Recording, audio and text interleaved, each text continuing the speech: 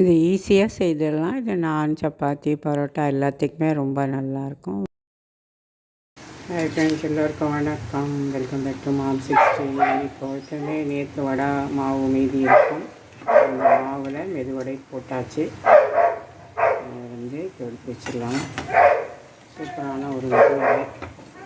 பக்கத்து வீட்டில் நாய் குறைச்சிட்டே இருக்குது. சரி, வடை இருந்தோடனே வடைக்கு தோதா வேணுமேனு நம்ம என்ன பண்ணியிருக்கோம் பார்த்தீங்கன்னா, உப்புமாவு தான் செஞ்சுருக்கேன். ரவா உப்புமாவு, அப்புறமா வந்துட்டு வடை.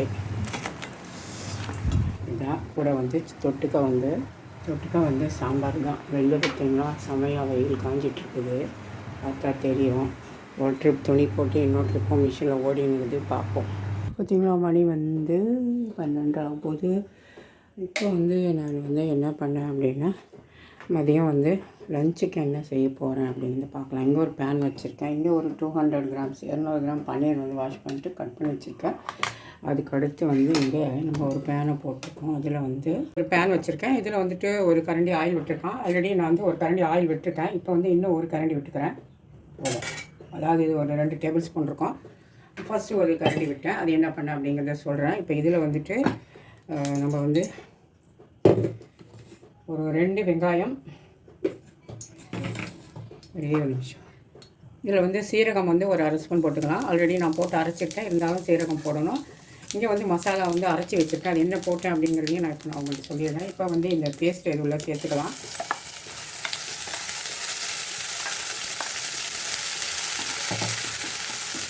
நல்லா எண்ணெய் பிரிஞ்சு வர வரைக்கும் வதக்கணும். எல்லா பேஸ்ட்டையும் போட்டுடலாம். இந்த எண்ணெய் போட்டேன் அப்படின்னு சொல்கிறேன். 2 மீடியம் சைஸ் வெங்காயம், 2 மீடியம் சைஸ் தக்காளி, இஞ்சி, நல்லா ஒரு 2 இன்ச்சுக்கு இஞ்சி, பூண்டு வந்து நல்லா ஒரு 7-8 பல்.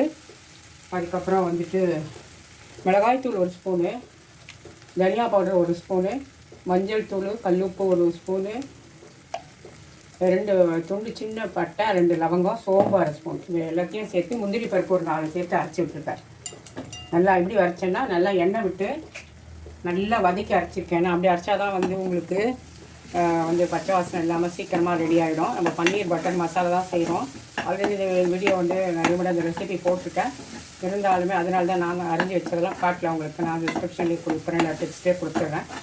எல்லாமே எண்ணெயில் ஒரு கரண்டி, இந்த அளவுக்கு ஒரு கரண்டி எண்ணெய் விட்டு வதக்கிருக்கேன். என்னென்ன போட்டு வதக்கி அரைச்சேன் அப்படிங்கிறது நான் வந்து டெக்ஸ்ட்லேயே கொடுத்துட்றேன். 200 கிராம் பன்னீர் எடுத்துட்டு நல்லா வதங்கணும். இப்போது நல்லா 2-3 நிமிஷத்துக்கு நல்லா வதக்கி விட்டாச்சு. எண்ணெய் கொஞ்சம் போட்டால் தான் நம்ம ஹோட்டல் ஸ்டைலில் சூப்பராக இருக்கும் பன்னீர் பட்டர் மசாலா. ரிச் டேஸ்ட்டு கொடுக்கறதுக்காக ஒரு 5 முந்திரி பருப்பு, முழு முந்திரியும் சேர்த்து தான் அரைச்சிருக்கேன் நான். இப்போ வந்து வதங்கி வந்துடுச்சு. இப்போ மிக்ஸி ஜாரை அலசி அந்த தண்ணியை ஃபுல்லாகவே இங்கே சேர்த்து விட்டுடலாம். மசாலா கொதித்து வரணும் இல்லையா, அதுக்கு. எப்பவுமே நம்ம அவசரத்தில் தான் வேலை செய்யுது.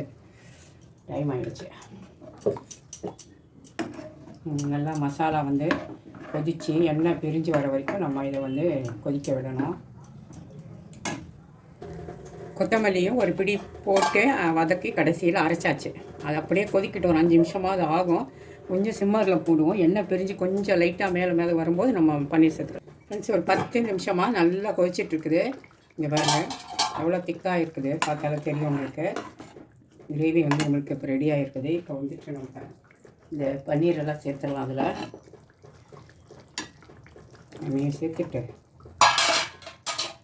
திரும்ப அது வந்து கொஞ்சம் தண்ணி விட்டு கொதிக்கும். இப்போ சரியாக வந்துடும். ஒரு 200 கிராம்ஸ் பன்னீர் எடுத்துருக்கேன், 200 கிராம். இப்போ இதை நல்லா தாராளமாக வரும். 4 பேர் சாப்பிட்லாம் ஃபேமிலியில். இந்த இருக்கும். உங்களுக்கு இன்னும் கிரேவி வேணுன்னா எக்ஸ்ட்ரா ஒரு வெங்காயம் தக்காளி கொஞ்சம் காரம் சேர்த்துக்கோங்க. அவ்வளோதான். இதுவும் நல்லா ஒரு 5 நிமிஷத்துக்கு கொஞ்சம் கொதித்து வரட்டும். இப்போ ஒரு 5 நிமிஷமாக பன்னீர் போட்டு கொதிச்சிட்ருக்கு. இப்போ பாருங்கள், சுற்றி எண்ணெய் வந்து இந்த மாதிரி பிரிஞ்சு வந்துருக்கு பார்த்தீங்களா. அதுதான் வந்து குக் ஆனதுக்கு அர்த்தம். பார்க்க இப்படி தண்ணியாக இருந்தாலும் நம்ம முந்திரியெல்லாம் சேர்த்துருக்கிறதுனால திக்காக ஆகிடும் அது. அதனால் ரொம்ப திக்காகிட்டிங்கன்னா இது மாதிரி ஆகிடும் கொதிக்க விட்டால். வந்து பன்னீர் வந்து நல்லா வெந்திருக்கும் சாஃப்டாக. இப்போ பார்ப்போமா, இது அழகாக அப்படியே வெந்து பாருங்கள். சூப்பராக ரெடி ஆகிடுச்சு. இந்த ஸ்டேஜில் நம்ம வந்து உப்பு காரம் எல்லாமே பார்த்துக்கலாம்.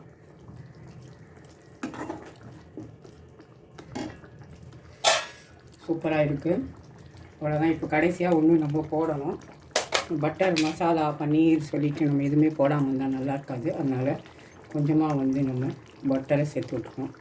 இந்த அளவுக்கு போட்டால் தான் அது டேஸ்ட் வரும். நீங்கள் இன்னுமே நிறைய பட்டர் போட்டு வதக்குற மாதிரி இருந்தாலும் எண்ணெயை குறைச்சிக்கிட்டு பட்டர் இன்னும் சேர்த்துக்கோங்க. இன்னும் ஒரு நல்லா ரிச் டேஸ்ட்டில் இருக்கும். சூப்பராக சின்ன சின்னதாக நான் போட்டிருக்கேன். ஏன்னா சப்பாத்தி எடுத்து சாப்பிட நல்லாயிருக்கும்ட்டு. நீங்கள் வேணால் பெரிய பீஸாக கூட நீங்கள் போட்டுக்கலாம். கொஞ்சம் அப்படி கொதிக்கட்டும். இப்போ கடைசியாக ஒரு இன்க்ரீடியன்ட் நம்ம சேர்க்கணும். அது என்ன பார்த்தீங்களா, கசூரி மேத்தி. நல்லா 1 ஸ்பூன் வெந்தயம், காஞ்ச வெந்தய இலைகள். அது கடையில் கிடைக்குது, நீங்கள் வாங்கிக்கலாம். ஒரு சின்ன ஸ்பூனில் 1 ஸ்பூன் நல்லா அப்படியே கசக்கி விட்டு அப்படியே மேலாக அப்படி தூவி விட்டுட்டு, இங்கே இதில் வேணால் நீங்கள் கரம் மசாலா கூட கொஞ்சமாக சேர்த்துக்கலாம். நான் வந்து 2 பீஸ் போட்டு தான் நான் வந்து அரைச்சேன். உங்களுக்கு அந்த ஃப்ளேவர் பிடிக்கும்னா நீங்கள் கொஞ்சம் கூட சேர்த்துக்கோங்க. நான் இப்போ கடைசியாக கொஞ்சமாக அதில் சேர்க்க போகிறேன். நல்லா ஒரு வாசனையாகவும் இருக்கும். சீரகத்தூள் இருந்தால் கூட நீங்கள் சேர்த்துக்கலாம். கொஞ்சமாக அப்படி ஸ்ப்ரிங்கிள் பண்ணிக்கலாம், போதும். அந்த அதில் இருக்க மனம் மாதிரி வீட்டில் செஞ்ச கரம் மசாலா திறந்த உடனே அவ்வளோ நல்லா ஒரு வாசனை வருது.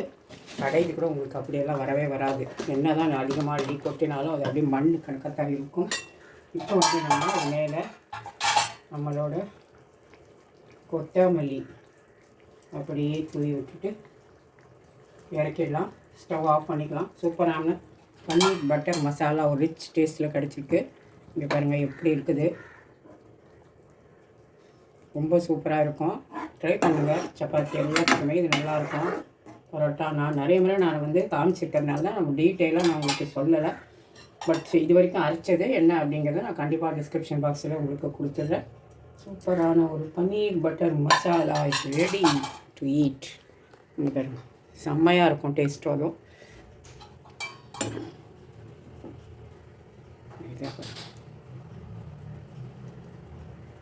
அவ்வளோதான். ஸ்டவ் ஆஃப் பண்ணிவிட்டேன். ஃப்ரெண்ட்ஸ், இப்போ பார்த்தீங்கன்னா என்னோடய பொண்ணுக்கு 2 சப்பாத்தி பன்னீர் பட்டர் மசாலா வச்சாச்சு. அப்புறம் பையனுக்கு ஒரு 3 சப்பாத்தியும் அவனுக்குமே வந்து பன்னீர் பட்டர் மசாலா டின்னர் பாக்ஸுக்கு வச்சுட்டேன். அப்புறமா இங்கே மீதி இருக்குது. எனக்கு வந்து சப்பாத்தி நான் அப்புறம் சாப்பிட்லாம் திரட்டி வச்சுருக்கேன். இன்றைக்கி எங்கள் வீட்டில் சோறு கிடையாது, ஒன்லி டிஃபன். இது வந்து வடை 2 இருக்குது காலையில் போட்டு. அவ்வளோதான் ஃப்ரெண்ட்ஸ். வெளியில் மழை பெய்ய ஆரம்பிச்சிச்சு. இனிமேல் தாக்கு பிடிக்காது. நம்ம ஜன்னலை மூடிடுவோம்.